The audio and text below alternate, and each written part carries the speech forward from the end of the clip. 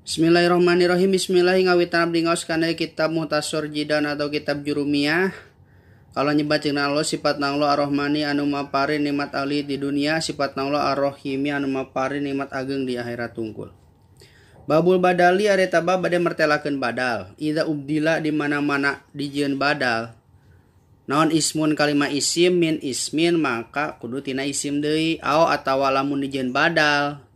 Naon fi'lun kalima fi'il min fi'lin maka kudu tina fi'il deui. Tabi'a anu turut ieu badal hu kana ieu isim fi jami'i robihi dina sakabe i'robna ieu badal.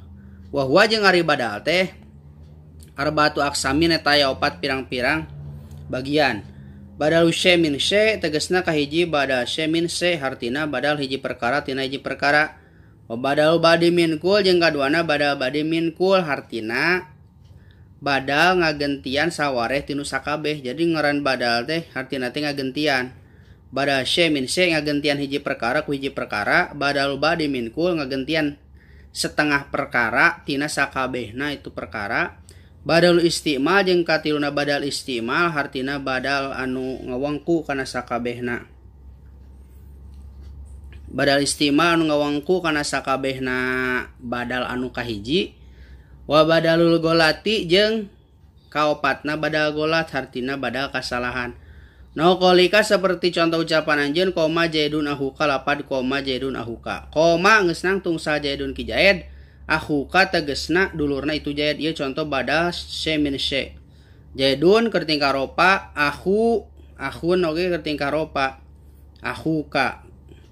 Jaidun tarkibana jadi fa'il sabab tumibasa geus fi'ilna lapad koma. Koma geus nangtung saha jaidun, teu meunang dibaca jaidan, teu meunang dibaca jaidin sabab tarkibana jadi fa'il. Fa'il wajib ropa, ciropana jaidun ku domah sabab kalimana isim mufrad.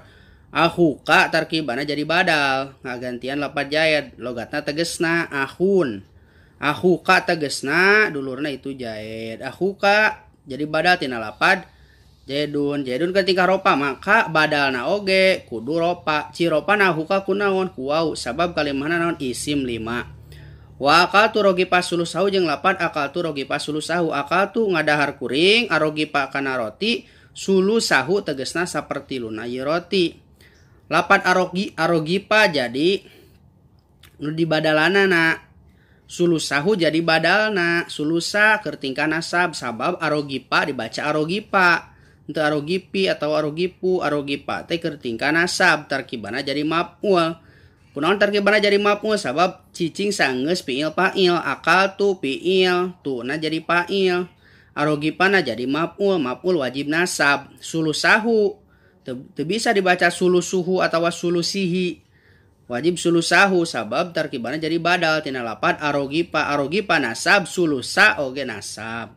Ieu ngaranna badal ba'di min kul ngagantian sawareh tinu sakabeh.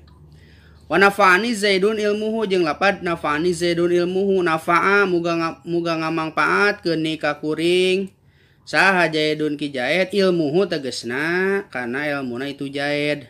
Tah ieu badal istimal. Jaidun tingkah ropa, ilmun juga ropa. Wa ra'aitu jaidan al-farosa jeung lapad ra'aitu zaidan al-farosa.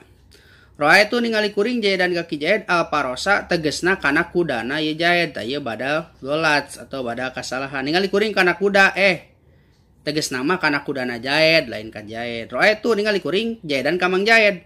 Al-farosa tegesna kana kudana jaid. Jadi di tempat teh kudana jaid lain jaid. Zaidan keur tingkah nasab, al-farosa oge nasab. Badal kudu ngikuti anu digantianana. Nyaeta jaidan nasab, al-farosa oge nasab.